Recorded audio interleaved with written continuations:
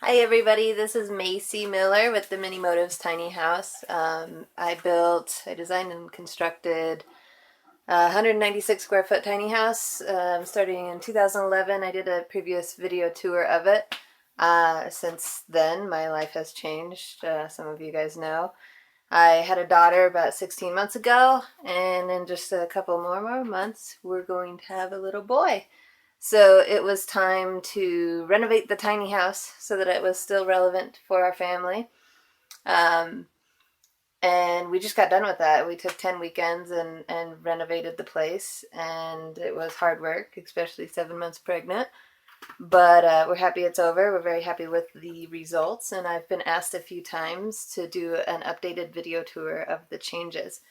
And so that's what this is. I'll try to keep this one more brief than the last one was. If you want more details, you can certainly find that one on my YouTube channel. So let me go ahead and start from outside. So this is what the new outside of my tiny house looks like as you walk up to the front door. Obviously the wood part is the existing portion, and you can see back towards the back end is the new addition, which is the kids' room, which is corrugated panel. Let me just go around back, and we'll get a view back there. Sorry, it's a mess. We're still getting cleaned up here, but this is the new portion. So what used to be my patio is now the kids' room. Yeah, pretty self-explanatory. We did have to, let's see if I can point here. Whoop, right there. That's a vent for my water heater that used to vent out the back onto the patio, so we had to redirect that. Not the most ideal looking thing in my opinion, but it is what it is. And then we moved, new outlet and what have you. So we'll go back through the front door. There's my car.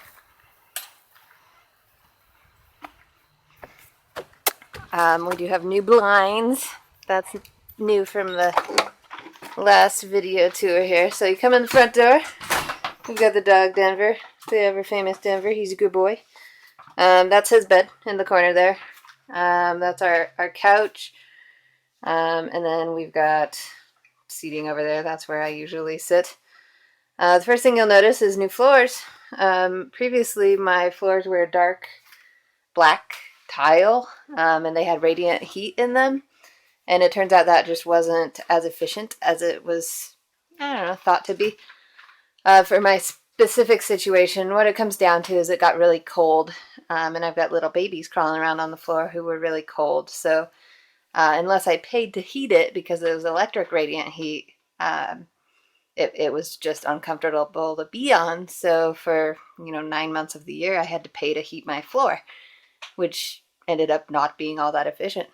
But very happy with the new floors. They're bamboo. You can see same storage bank. Denver's bed kind of takes up the bottom cupboard and bottom drawers, but those aren't full of anything anyways, so it works out. That is where I keep all my craft supplies. Blah. Clothes mainly in the top 3 drawers, and then I've got a closet here for hanging clothes, and have a co-sleeper in preparation for some the new baby. And then the steps, which I use for storage. Hazel's potty training right now, so she's got her little potty accessible, and just some blanket storage, diapers, shoes, what have you. You go up, and I've got my bed. That's a new light since the last video tour. It's awesome. We had a lamp before, but Hazel kind of destroyed it, and having a hanging one out of reach is awesome. Nice king size bed. I love it. AC heater right there and there. Our bookshelf with some storage and some storage up above here. We'll come down. Let's see. This is my pantry, and then this is where I keep all my tools and camping gear. I did get these new rugs. That's part of the addition. Bamboo is a lot softer than tile is, and Denver saw a squirrel, and he actually scratched it before I even got finished installing it. So when I redid the floor, the wood I had previously on my countertop and my barn door no longer matched. And since it's a tiny house, I just bought a little bit extra, and I redid my counters and my barn door with the same bamboo hardwood. Same with the shelves up there, the open shelving. So that's my kitchen. I've got open shelving, got all the dishes and baby sippy cups and cheese grater and what have you. I hang my pots behind. It's really convenient. I drink coffee out of a wine glass because I'm classy like that. Yeah, I actually like it. We've got a refrigerator, freezer, and microwave. The extra storage up there, it's just got Tupperwares and old baby things that I'm saving for the number 2. Let's see, this cabinet still here. It's just got pots and pans and towels, and I have enough open houses. I just keep a store of paper plates and what have you. And we've got the dog food drawer down below, the full oven with 4-burner stove up top. We've got a washer dryer unit, which has been getting a lot of use lately. I'm liking it. I didn't use it very much for the whole first, I don't know, 2 years, and I'm using it more and more, so that's awesome. There's a double basin sink with the window outside, garbage and cleaning stuff below, some extra drawers for things and knives and coffee and all those important things. And when you turn around, you're in the bathroom. So, this part of the renovation, I used to have a window right here where this mirror now is. I took that window out because it would go just right into the kids' room. And so I took it out and I actually used it in the kids' room. And that left me with this nice little hole that became my medicine cabinet. And I just bought a mirror that fit the size, and I put some little hinges on it, and I made sure that they're in there well, and that's my medicine cabinet. So that's part of the renovation there. Let's see, our sink, this used to be the same wooden material. It got switched out for some bamboo. And then a big part of the renovation here, I was going to put in a bathtub, but I kind of, let's see if I can get it to focus here. Seems to be having issues. There we go. Yeah, I was going to put in a bathtub for the kids, but I am exhausted and pregnant and huge, and I didn't want that size of a project right now. So I opted to just refinish my shower. My shower used to be black tile, the same as the floor. And after I got everything done with, it was just a sore thumb, and it was like a cave to go in. And so I just Googled, can you paint tile? And I found this awesome blog, and the lady painted tile. And her tile was like blue, like light blue color, and it worked well for her. And so I contacted the manufacturer and said, hey, will that work on black? And they said, yeah, it'll take, a lot of different coats, but it'll probably work.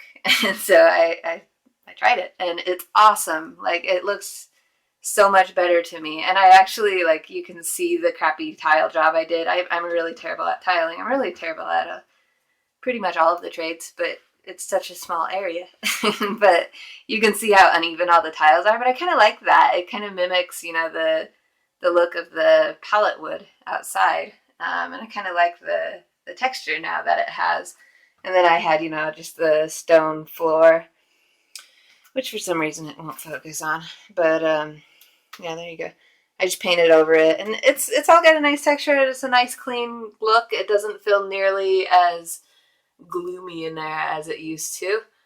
I like it a lot. So that was part of the renovation as well. But the majority of it is right through this door. So this used to be my patio door, an exterior door that went to the outside. And we went ahead and removed the threshold, which I think that's a really important part to making this feel like a cohesive project rather than an add-on later. Because originally I was just going to leave the threshold there, just refloor on the inside, and then it all kind of transformed, and I ended up reflooring the whole house.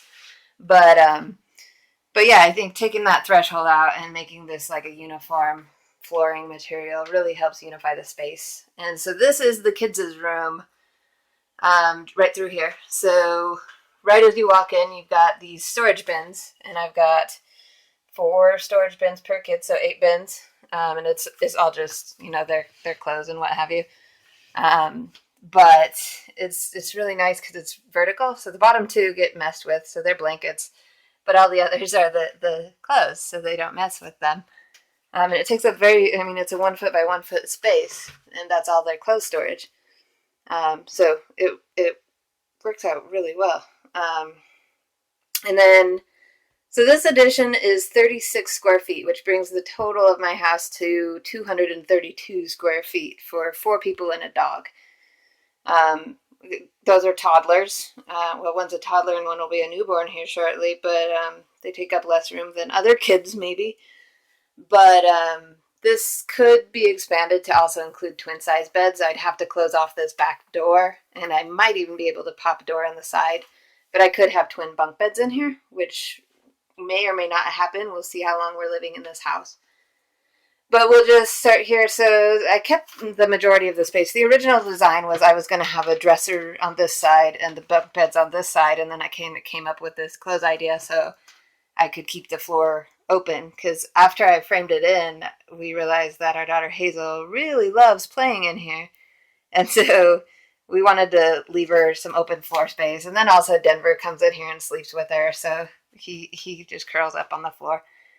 This chair moves in and out. She pulls this around with her everywhere she goes, and then there's just a trash can, and there's an NB heater, which is a really great convection heater. It wasn't quite big enough to do the rest of the house in the winter, but it'll be awesome in this room, and it's safe for kids. It doesn't get hot to the touch. So I'm going to mount this on the wall. I think I might put like a chalkboard on the front of it so that Hazel can draw and stuff. We'll see. We'll see what I do with that. And then I've got a 30-inch door out to the back patio. A lot of people seem to be distraught that I put a door in my kids' room.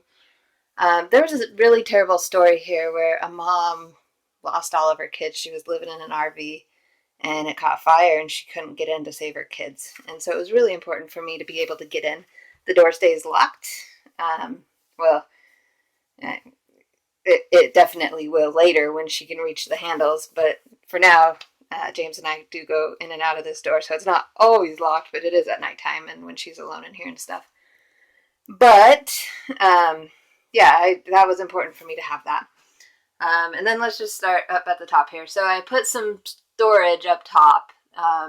It's actually quite a bit of storage up there. I've got a Johnny jumper and some various items up there that I'm saving for our next kid, but I don't use currently, so it's nice to have a little storage spot for it. And then our top bunk here will eventually be Hazel's bed. Right now no one sleeps up there, hence it's not made or anything. I made these little curtains for it so that they have some privacy. Hazel loves crawling up there and playing hide and seek. The last 3 days, she climbs up there and wants to eat her breakfast up there, so she's been eating her little bagel bites and stuff up there. The rail on it is actually the co-sleeper that I made previously for Hazel. I just took the rails off of it and reused it. I'll have the long rail up there will be a kind of a door to kind of close that stuff off. That one's fixed. And then down here, this is actually where Hazel sleeps now. She's kind of a sleepwalker, so we wanted the safety of having a rail so it latches like that, but we didn't want to lock her in. So there's actually a latch, and you can pull it open just like that. And we're teaching her / taught her how to open that so she can get in and out as she needs to.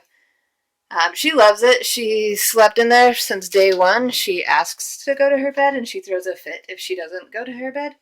She's already learned how to climb the ladder. Thought that would take a little longer than it did, but she's a sharp cookie.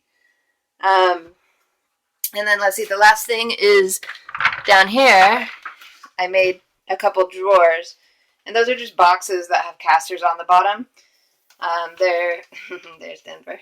They're 30 inches deep-ish and 20 inches wide and about 9 inches high. Danny, what are you doing, bud? I'm gonna stand right there. So they're just toy boxes for her, and Hazel will have one, and our son will have one, and they love them. Hazel gets so excited when people come over to see the addition. She has to show them everything.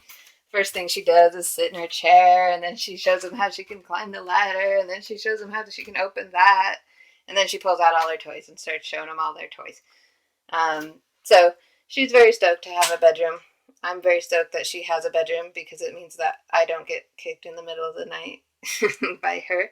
And she actually stays here all night. I totally expected the transition to be harder. But from literally day one, she wants to be in her bedroom, in her bed, and she'll sleep through the night in here.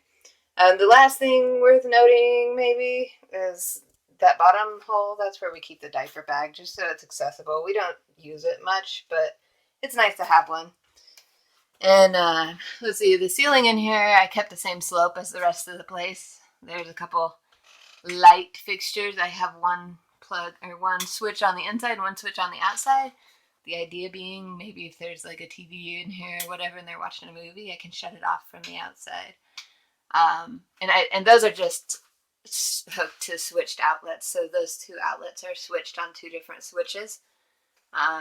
So I didn't go nuts with the wiring or anything in here. It's pretty simple. I've got those two switched outlets. That's a switch for one outlet, and a switch for the outside light. That's the only new electrical in here.